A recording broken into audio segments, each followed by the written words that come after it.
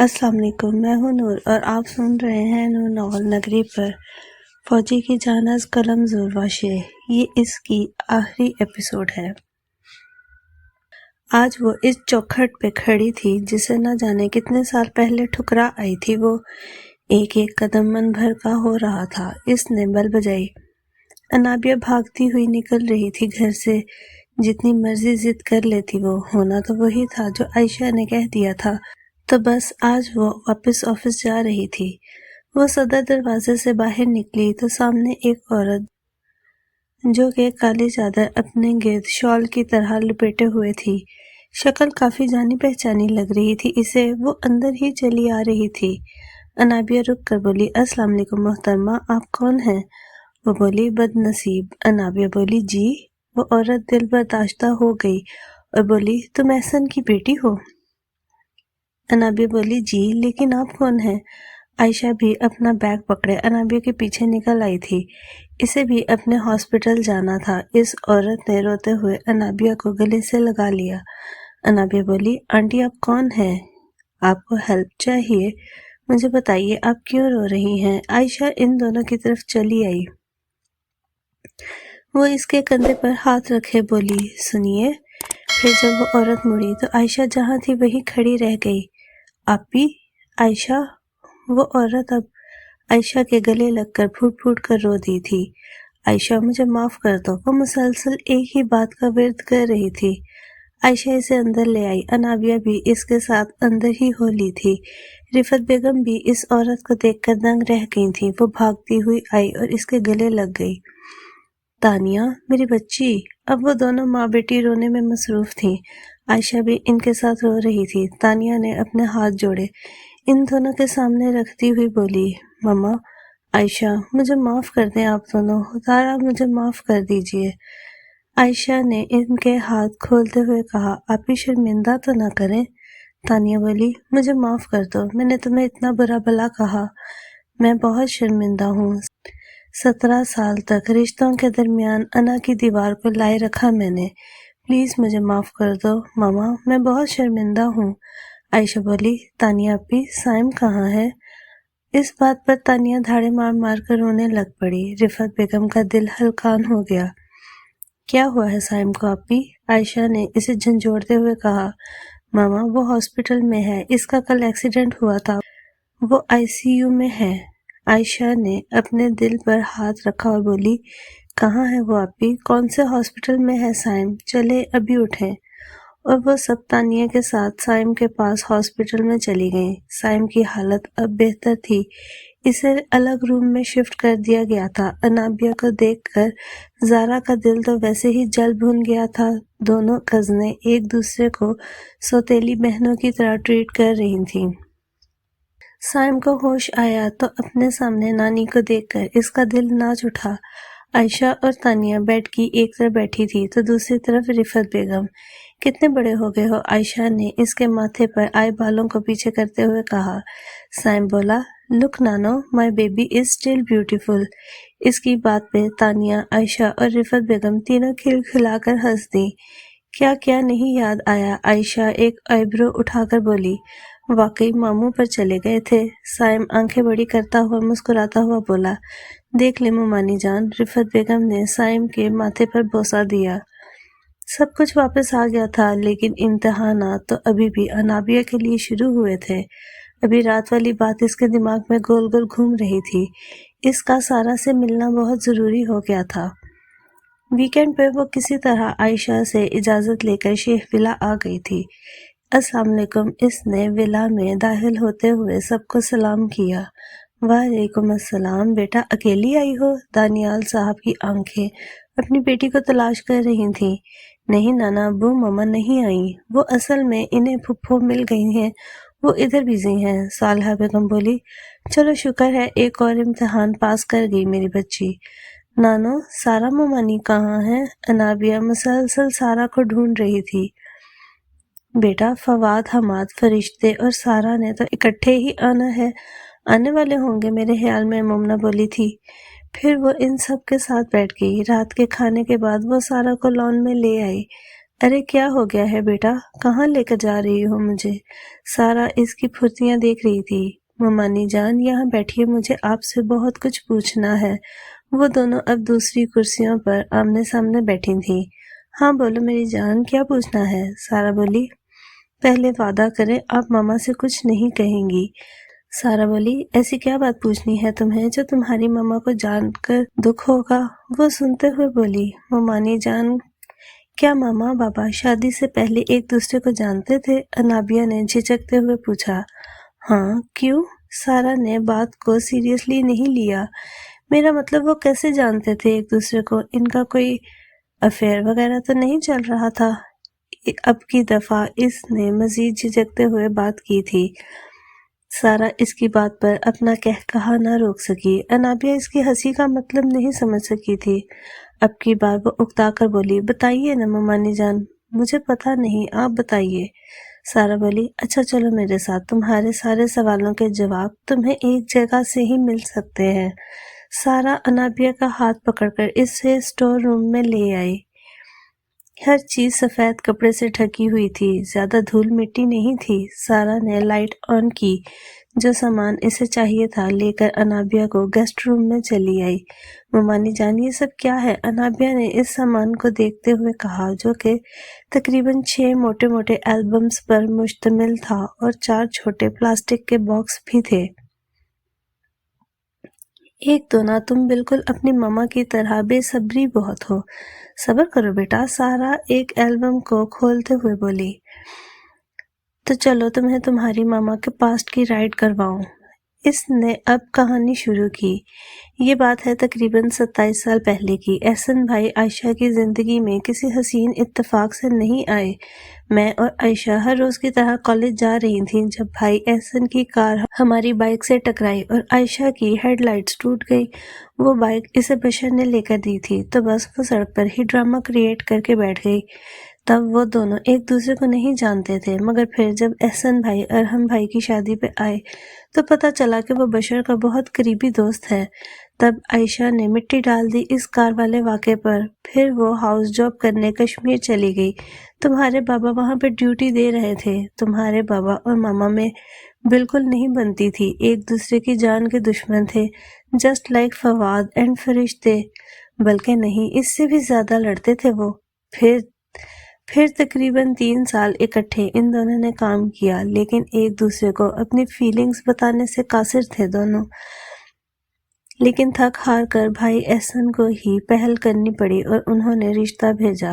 تمہاری ماما نے کچھ بھی جانے بغیر سب کچھ چپ چاپ ایکسیپٹ کر لیا۔ عائشہ کو نہیں پتا تھا کہ اس کا نکاح احسن سے ہونے جا رہا ہے، لیکن پھر وہ ایک ہیپی لائف کی طرف گامزن ہو چکے تھے۔ مگر بھائی احسن کی زندگی اتنی ہی تھی۔ اب وہ دونوں بیٹھی وہ البمز کھول کر دیکھ رہی تھیں۔ یہ میری ماما ہے؟ سیریسلی ممانی جان، یہ میری ماما ہے؟ البمز میں سجی دھجی عائشہ کو دیکھ کر انابیہ نے حیرت سے بھرپور لہجے میں سارا سے پوچھا۔ وہ سب شادی کی تصویریں تھیں، ارحم، بشر اور عائشہ کی شادی کی۔ انابیہ بڑے انہماک سے سب کچھ دیکھ رہی تھی۔ اف ممانی جان، ماما اور بابا اکٹھے کتنے پیارے لگتے ہیں۔ وہ ہر تصویر کو دیکھ کر کمنٹ پاس کر رہی تھی۔ اچھا، سب سے پہلی پک جو ماما اور بابا کی اکٹھی ہو؟ انابیہ نے سارا سے پوچھا۔ سب سے پہلی پک؟ کچھ سوچتے ہوئے وہ بولی، ہاں یاد آیا، سب سے پہلی میرے نقاب پر تھی ان دونوں کی پہلی پک۔ اس نے جھٹ سے وہ البم کھولا۔ صوفے پہ بشر اور سارا اکٹھے بیٹھے ہوئے تھے اور سٹیج کے پیچھے وقار احسن کے درمیان عائشہ کھڑی تھی۔ وقار نے عالیان کو گود میں اٹھایا ہوا تھا۔ ایک پکچر میں عائشہ زہرہن نظروں سے احسن کو گھور رہی تھی، جیسے ابھی اس کا گلا دبا دے گی، مگر پھر اگلی تصویر میں مسکراتے ہوئے کیمرے کی طرف دیکھ رہی تھی۔ اس تصویر سے انابیہ کو اندازہ ہو چکا تھا کہ وہ ایک دوسرے کے متعلق کتنے اچھے خیالات رکھے ہوئے تھے۔ وہ اپنا کہا نہ روک پائی۔ اور ان میں کیا ہے ممانی جان؟ انابیہ نے باکس دیکھتے ہوئے پوچھا۔ ان میں بیٹا کیا ہے یہ تو مجھے بھی نہیں پتا۔ عائشہ کی ہی تصویریں ہیں ان سب میں۔ ہر باکس میں 64 GB کے کارڈز تھے۔ ماما اتنی تصویریں کیسے کھینچتی تھیں؟ لیکن اب تو ماما کو تصویر کھینچے ہی عرصہ ہو گیا ہے۔ اس نے ایک سرد آہ بھری۔ بیٹا یہ بھی ماتم کا ایک طریقہ ہوتا ہے، تمہیں کیا پتا تمہاری ماما کتنی زندہ دل تھیں، لیکن اب تو شاید دل ہی نہیں رہا۔ سارا بولی، اچھا تم یہ سب دیکھو، میں ابھی آتی ہوں۔ احسن اور عائشہ کی زیادہ تر مرر پکس ہی تھیں جو احسن ہی کھینچ رہا ہوتا تھا۔ اس میں انابیہ کو ایک ویڈیو ملی، وہ ویڈیو احسن نے شوٹ کی ہوئی تھی۔ شروع پہ اس نے کیپشن ڈالی ہوئی تھی، وہ بولا، آئی ڈونٹ نو بیٹا آپ سے مل بھی پاؤں گا یا نہیں، اور پتہ نہیں آپ میری بیٹی ہوگی یا بیٹا، البتہ مجھے اتنا پتہ ہے میرے جانے کے بعد آپ کی ماما بہت کھڑوس ہو جائیں گی، شاید جتنی وہ زندہ دل ہے اس کا یقین کسی کو نہ آئے، اسی لیے اسپیشلی آپ کے لیے یہ ویڈیو بنا رہا ہوں۔ منظر گھوما، شیشے کے سامنے عائشہ کھڑی تیار ہو رہی تھی۔ اس نے سفید رنگ کے کرتے کے ساتھ کالے رنگ کی پینٹ پہنی ہوئی تھی، کانوں میں بڑے بڑے سلور کلر کے جھمکے، گلے میں ایک لمبا سا لاکٹ، بالوں کو آگے کی طرف کرل کر کے رکھا گیا تھا۔ سرخ و سفید ہاتھوں پہ لال مہندی تازہ ہی لگ رہی تھی، پیروں میں بھی لال مہندی تھوڑی تھوڑی نظر آ رہی تھی۔ اس وقت وہ پیچ کلر کی لپسٹک لگا رہی تھی، ساتھ میں وہ گنگنا رہی تھی، I need you, I need you, I need you right now, so don't let me, so don't let me, don't let me down, darling, I hope that you would be here when I need you the most, so don't let me down. احسن اس کے پاس آیا اور بولا، چلیں؟ وہ بولی، چلیے۔ عائشہ نے احسن کا ہاتھ پکڑا اور اسے لے کر کمرے سے باہر نکل آئی۔ انابیہ کو محسوس ہوا جیسے اس کے باپ نے اسپیشلی اسی کے لیے یہ ویڈیو بنائی تھی۔ اسے اپنی سوچ پر بہت افسوس ہوا، اس نے اپنی ماں پہ شک کیا جس نے صرف اسی کے لیے پوری دنیا سے ٹکر لے لی تھی۔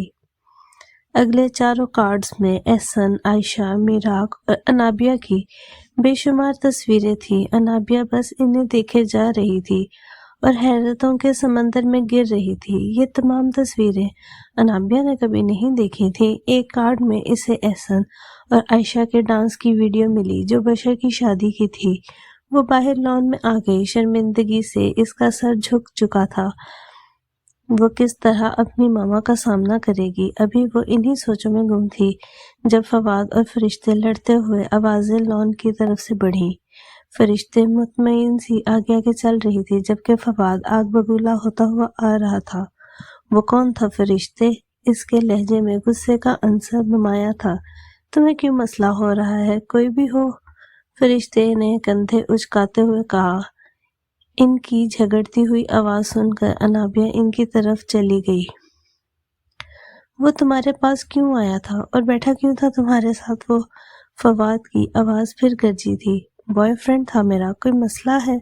فرشتے نے اکتا کر کہا۔ اس نے فواد کی آنکھوں میں آنکھیں ڈال کر کہا اور فواد کا بھاری ہاتھ اس کے گال کی نظر ہو گیا۔ آئندہ تمہارے پاس بھی نظر نہ آئے وہ۔ فواد کا تھپڑ کھاتے ہی وہ زمین بوس ہو گئی تھی۔ انابیہ جو ان کی طرف چلی آ رہی تھی فواد کی حرکت دیکھ کر بھاگتی ہوئی فرشتے کے پاس آئی اور اسے زمین سے اٹھایا۔ فواد، یہ کیا حرکت ہے؟ انابیہ کی بھی آواز گونجی تھی۔ فواد خود بے یقینی کسی حالت میں اپنے ہاتھ کو دیکھ رہا تھا۔ وہ یہ کیا کر بیٹھا ہے؟ فواد چپ کر کے اپنے کمرے کی طرف بڑھ گیا۔ کیا ہوا تھا فرشتے؟ انابیہ نے روتی ہوئی فرشتے کو اٹھا کر لان میں پڑی کرسیوں پر بٹھاتے ہوئے کہا۔ فرشتے کی سفید رنگت پر 4 انگلیوں کے نشان نظر آ رہے تھے۔ اس کی ہچکی بن چکی تھی۔ آپی، وہ آج کالج میں ایک لڑکے نے مجھ سے راستہ پوچھا تو میں نے اسے بتا دیا۔ فواد نے آگے سے کہانی اس کے کہنے سے پہلے ہی انابیہ سمجھ چکی تھی۔ اچھا میری جان، چپ کرو، رونا بند کرو، چلو جلدی سے آنسو صاف کرو، کوئی دیکھے گا تو کیا کہے گا کہ فرشتے ابھی بھی بچی ہے اسی لیے رو رہی ہے۔ اور تھوڑی دیر بعد وہ خود چپ کر گئی اور اپنے کمرے کو چل دی۔ انابیہ فواد سے بات کرنے اس کے کمرے میں آئی لیکن فواد نے دروازہ ہی نہ کھولا۔ اس نے بھی معاملہ کل پر ٹال دیا اور خود بھی سونے چلی گئی۔ سب لوگ ڈائننگ ٹیبل پر بیٹھے تھے سوائے فرشتے کے۔ ارحم نے پوچھا تو ممنا بولی، اسے بخار ہے، وہ اپنے روم میں سو رہی ہے۔ فواد کو بہت شرمندگی ہوئی کیونکہ انابیہ مسلسل اسے تنقیدی نگاہوں کے حصار میں لیے ہوئے تھی۔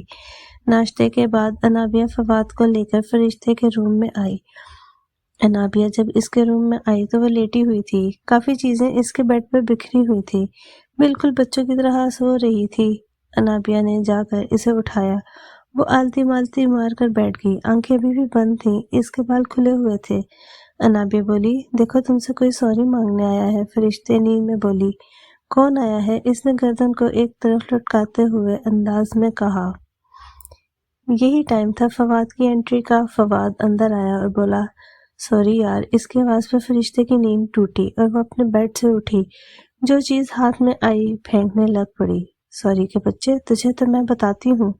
فواد بولا، آپ چپ بیٹھی دیکھ رہی ہیں، اسے روکیں، آپ کے ہینڈسم کزن کو مار دے گی یار، روکیں بھی۔ اب میں کیا کر سکتی ہوں؟ تھپڑ مارتے وقت پوچھا تھا مجھ سے۔ ہاں، انابیہ نے ہنستے ہوئے کہا۔ سارے بدلے لے رہی ہیں پچھلے، فواد نے آنکھیں دکھاتے ہوئے کہا۔ فرشتے بولی، بیٹے تو ابھی بچ۔ اس نے جوتا اٹھا کر فواد کی طرف مارا۔ فواد بر وقت پھرتی دکھاتے ہوئے نیچے بیٹھ گیا اور جوتا پیچھے سے آتے ہوئے حماد کے لگ گیا۔ سوری۔ اب فرشتے کان پکڑ کر کھڑی تھی۔ حماد بولا، میں تم سب کو کہنے آیا تھا کہ تائی جان بلا رہی ہیں۔ انابیہ بولی، چلو بھائی چلو۔ اس کے لیے اتنا ہی کافی ہے کہ وہ فواد کے کندھے فرضی جھاڑتے ہوئے بولی۔ وہ اب لاہور واپس آ کر سب سے پہلے عائشہ سے معافی مانگنے کے لیے اس کے کمرے میں آئی۔ رفعت بیگم بھی اس کے ساتھ ہی تھیں، وہ دونوں کچھ باتیں کر رہی تھیں۔ انابیہ کان لگا کر ان کی بات سننے لگ گئی۔ ماما، ہم اینی سے پوچھ لیتے ہیں، اسے کوئی مسئلہ نہ ہو۔ ہاں بیٹا، اس سے تو لازمی پوچھنا پڑے گا، اس کی لائف کا فیصلہ ہے۔ But Saad is very good choice no? Ayesha نے رفعت بیگم سے پوچھا۔ ہاں بیٹا، وہ لڑکا تو مجھے بھی کافی سلجھا ہوا لگا۔ ایسا کرو، آلیان اور ملائکہ کی رخصتی کے ساتھ ہی انابیہ کی بھی رخصتی کر دیتے ہیں۔ ہاں ماما، مجھے بھی اپنا فرض پورا کر کے فارغ ہو جانا چاہیے۔ انابیہ اپنے کمرے میں چپ چاپ واپس آ گئی۔ کیا سعد کا پرپوزل آیا ہے؟ اس نے بیڈ پہ لیٹتے ہوئے اپنے آپ سے بات کی۔ مگر میں نے تو کبھی سعد کے بارے میں ایسا کچھ سوچا ہی نہیں۔ ماما کی مرضی ہے کہ ہاں کرے یا نہ۔ Don't think about any. اور وہ نیند کی وادیوں میں کھو گئی تھی۔ صبح اذان کی آواز پہ وہ اٹھی، نماز پڑھ کر وہ جوس لینے کچن کی طرف جا رہی تھی۔ وہ عائشہ کے دروازے کی طرف سے گزری۔ جب اس نے اپنی ماں کو روتے ہوئے دعا مانگتے ہوئے سنا، اس نے دروازے کے پاس کھڑے ہوئے اپنی ماں کی دعائیں سنی۔ یا اللہ، میرے پاس ایک ہی ہیرا بچ گیا ہے، باقی سب کچھ میں لٹا چکی ہوں، اب تو لٹانے کو کچھ بھی نہیں رہا، بس تو مجھ سے راضی ہو جا۔ سب کہتے ہیں میری بیٹی مجھ جیسی شکل لے کر پیدا ہوئی ہے اور اپنے باپ جیسی آنکھیں لے کر آئی ہے۔ یا میرے مولا، اس کا نصیب اس کی ماں جیسا نہ ہو، اس کا نصیب اس کی ماں جیسا بالکل بھی نہ ہو، اس کی دادی جیسا بھی نہ ہو۔ مجھے تو نے آزمایا تھا، بے شک اب بھی آزما لے، لیکن میری بچی کو کسی ایسی آزمائش میں نہ ڈال جس کو یہ نبھا نہ سکے۔ یا اللہ، میری اتنی دعا تو نے رد کی ہے، یا اللہ اب میں خالی ہاتھ نہیں جاؤں گی، بس میری یہ دعا قبول کر لے۔ اس نے بے بسی کے ساتھ اپنے چہرے پہ ہاتھ پھیر لیے۔ شاید آج تک اس کی ساری دعائیں اسی لیے قبولیت کے لیے رد ہوئی تھیں۔ جب وہ دعا مانگ کر اٹھ چکی تو انابیہ اندر اس کے پاس آ گئی۔ وہ اس کے سینے سے لگ گئی۔ کتنی ہی دیر خاموشی کی نظر ہوئی، مگر اب وہ دونوں پرسکون ہو چکی تھیں اور صبر اب بسیرا کر چکا تھا۔ ناشتے کی ٹیبل پہ انابیہ آج ٹائم پر ہی موجود تھی اور وہیں پہ بات ہو گئی۔ اینی بیٹا، مجھے آپ سے بہت ضروری بات کرنی ہے۔ جی ماما کہیے۔ انابیہ جان بوجھ کر یہ ثابت کر رہی تھی کہ وہ کچھ جانتی ہی نہیں۔ بیٹا، وہ آپ کے لیے ایک پرپوزل آیا ہے۔ اب کی بار رفعت بیگم بولی، کیونکہ عائشہ اس کے جانے کے خیال سے ہی کانپ رہی تھی۔ کس کا دادو؟ انابیہ نے جانتے ہوئے بھی کہا۔ سعد کا۔ عائشہ بولی، کیا؟ ہاں بیٹا، سعد نے پرپوزل بھیجا ہے، اگر تمہیں کوئی اعتراض ہے تو بتا دو۔ آپ کی مرضی ماما۔ دادو، آپ کو جو فیصلہ کریں گی مجھے منظور ہوگا۔ 2 سال بعد ایکسپو سینٹر لاہور کھچا کھچ عوام سے بھرا ہوا تھا۔ اس کی وجہ یہاں آنے والی ہستی تھی جس کا نام بھی کسی کو معلوم نہیں تھا، مگر اتنا پتا تھا کہ ان کی وجہ شہرت کیا ہے۔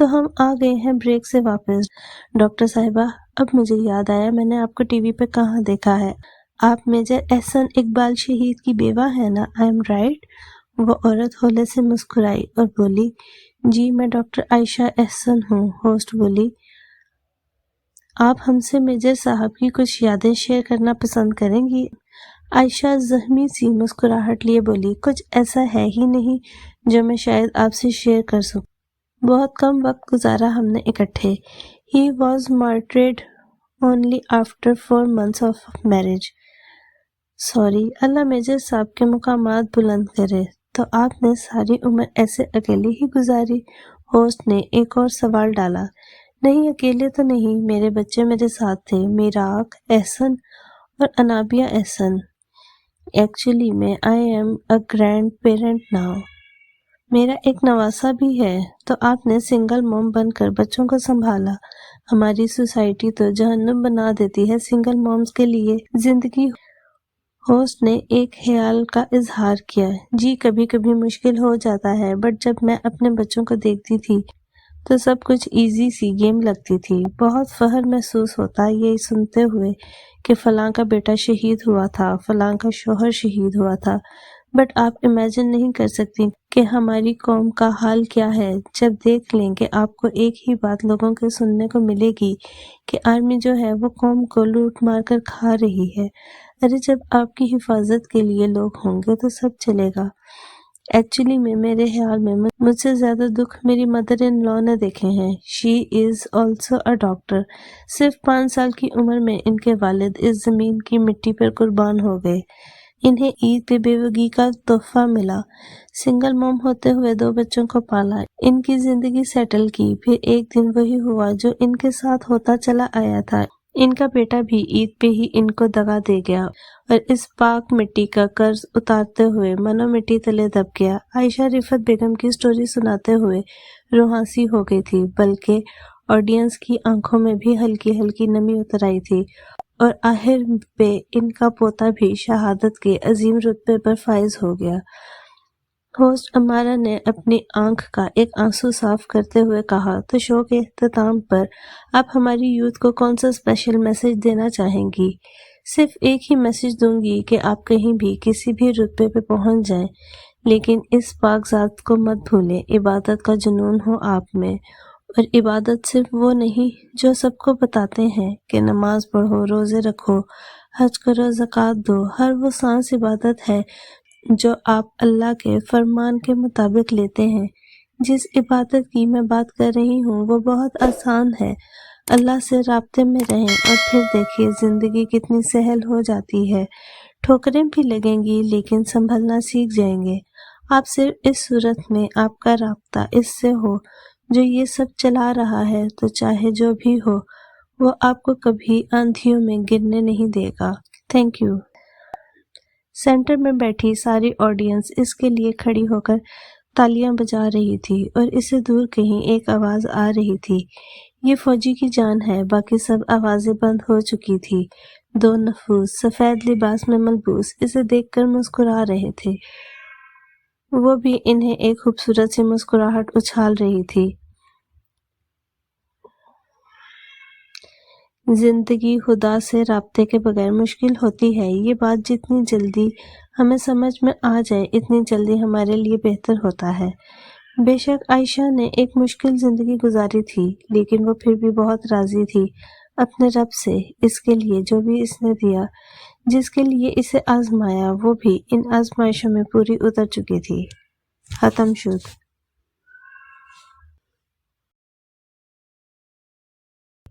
اگر آپ کو ہماری ویڈیو اچھی لگتی ہیں تو چینل کو سبسکرائب کریں، ویڈیو کو لائک کریں اور بیل آئیکن کو کلک کرنا نہ بھولیں۔ کمنٹ میں اپنی رائے کا اظہار ضرور کریں۔ سلامت رہیں، اپنوں کا خیال رکھیں۔ اللہ حافظ۔